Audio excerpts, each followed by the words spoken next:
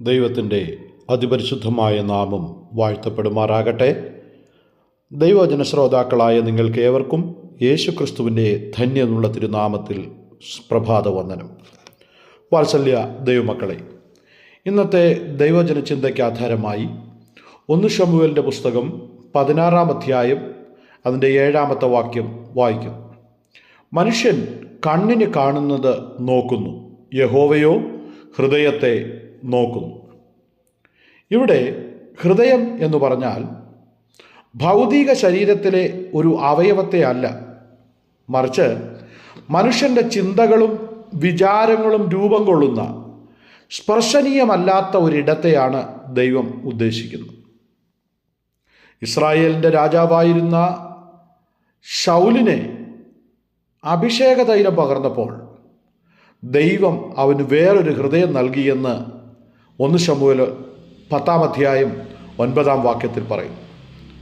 ദൈവം ഒരുവനെ തനിക്കായി മാറ്റി നിർത്തുമ്പോൾ അവന് വേറൊരു ഹൃദയം കൊടുക്കുന്നു. അതായത് അവൻ്റെ ചിന്തകൾക്കും നിരൂപണങ്ങൾക്കുമെല്ലാം മാറ്റം വരുന്നു. കാരണം മറ്റൊന്നുമല്ല, അവൻ്റെ ഹൃദയത്തിന് മാറ്റം വരുന്നു എന്നുള്ളതാണ്. 1 ശമൂവേലിൻ്റെ പുസ്തകം നാം പഠിക്കുമ്പോൾ ഹന്ന ദൈവാലയത്തിൽ ചെന്നിരുന്ന് അവളുടെ ഹൃദയത്തിൻ്റെ വേദന ദൈവസന്നിധിയിൽ പകരുമ്പോൾ അവളുടെ ഹൃദയവേദന ഒരു ഗദ്ഗതമായി പുറത്തു വന്നപ്പോൾ അവളുടെ ചുണ്ടുകൾ മാത്രം ചലിക്കുവാനിടയായിത്തീർന്നു. പക്ഷേ പുരോഹിതനായ ഏലിക്ക് അവളുടെ ഹൃദയത്തിൻ്റെ തേങ്ങൽ തിരിച്ചറിയാൻ കഴിഞ്ഞില്ല. എന്നാൽ സ്വർഗത്തിലെ ദൈവം അവളുടെ ഹൃദയത്തിൻ്റെ തേങ്ങൽ തിരിച്ചറിഞ്ഞു.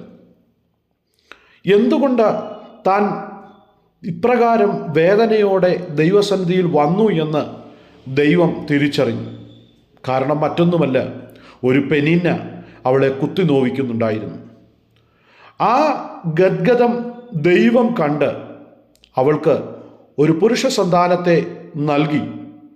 ആ പുരുഷ സന്താനം ഇസ്രായേലിൻ്റെ പ്രവാചകനായും പുരോഹിതനായും ദാൻ മുതൽ ബെർസേബ വരെ ന്യായപാലനം ചെയ്യാൻ ഇടയായിത്തീർന്നെങ്കിൽ, ഈ പ്രഭാതത്തിൽ ഈ വചനത്തിൻ്റെ ശുശ്രൂഷ ശ്രവിക്കുന്ന ഓരോ ദൈവമക്കളോടും എനിക്ക് പറയാനുള്ളത്, ആരും നിൻ്റെ ഹൃദയത്തെ കാണാതിരിക്കുമ്പോൾ, മറ്റുള്ളവരെല്ലാം നിൻ്റെ പുറമേ കാണുമ്പോൾ, നിൻ്റെ ചിരി കാണുമ്പോൾ, യഹോവയായ ദൈവം നിൻ്റെ തേങ്ങുന്ന ഹൃദയത്തെയാണ് കാണുന്നത്.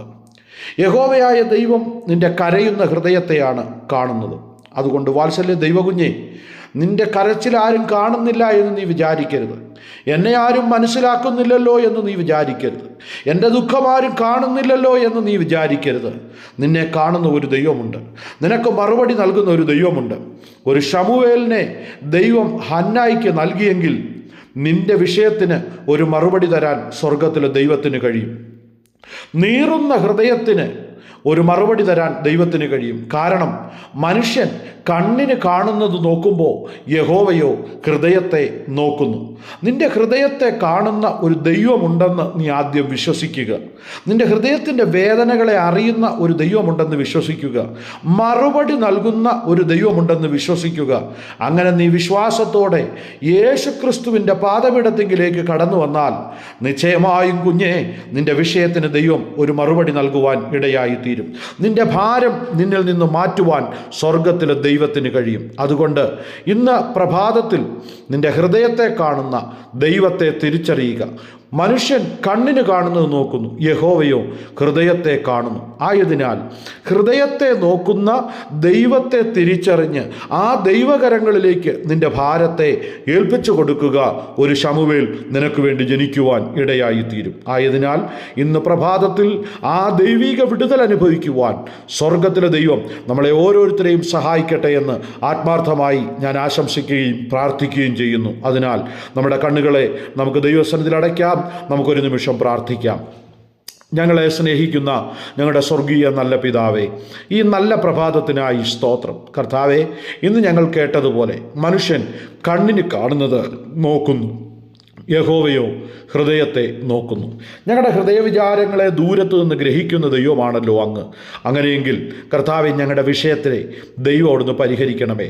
ഞങ്ങളുടെ ഭാരത്തെ ദൈവം അവിടുന്ന് പരിഹരിക്കണമേ. കർത്താവെ, ആർക്കും ഞങ്ങളെ സഹായിക്കാൻ കഴിയുകയില്ല. കർത്താവെ, ഞങ്ങൾക്ക് വേണ്ടി ദൈവം ഒരു വാതിൽ തുറക്കുമാറാകണമേ എന്ന് ദൈവത്തോട് പ്രാർത്ഥിക്കുന്നു. ദൈവം അങ്ങനെ ചെയ്തിരിക്കുന്നതിനായി സ്തോത്രം. അത്ഭുതങ്ങളുടെ ദൈവം ഇന്നും ജീവിക്കുന്നു എന്ന് ലോകത്തോട് സാക്ഷ്യം പറയുവാൻ തക്കവണ്ണം സ്വർഗത്തിലെ ദൈവം ഇന്ന് ഈ വിഷയത്തിൻ്റെ മേൽ അവിടുന്ന് പ്രവർത്തിക്കണമേ എന്ന് ഞാൻ ദൈവത്തോട് പ്രാർത്ഥിക്കുന്നു. ദൈവം അങ്ങനെ ചെയ്തിരിക്കുന്നതിനായി സ്തോത്രം. ദൈവപ്രവൃത്തി അവിടുന്ന് അയച്ചിരിക്കുന്നതിനായി സ്തോത്രം.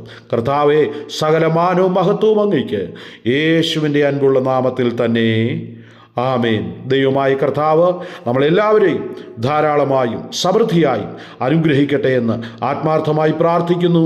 ദൈവം നമ്മളെല്ലാവരെയും ധാരാളമായി അനുഗ്രഹിക്കട്ടെ.